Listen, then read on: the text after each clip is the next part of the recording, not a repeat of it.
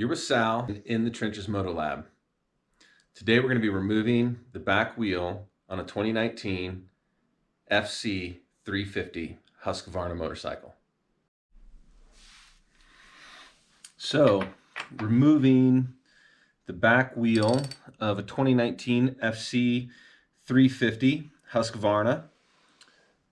So, we're removing this 32mm bolt.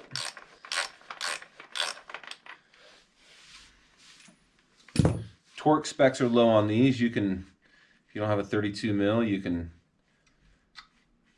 put a crescent on there as long as you've got, it's not corroded, it should come right off. Once you have that off, push your axle through, catch it from the other side. Once you have your axle out, you can slide your wheel forward. Gives you plenty of slack in your chain. Slide your chain right off.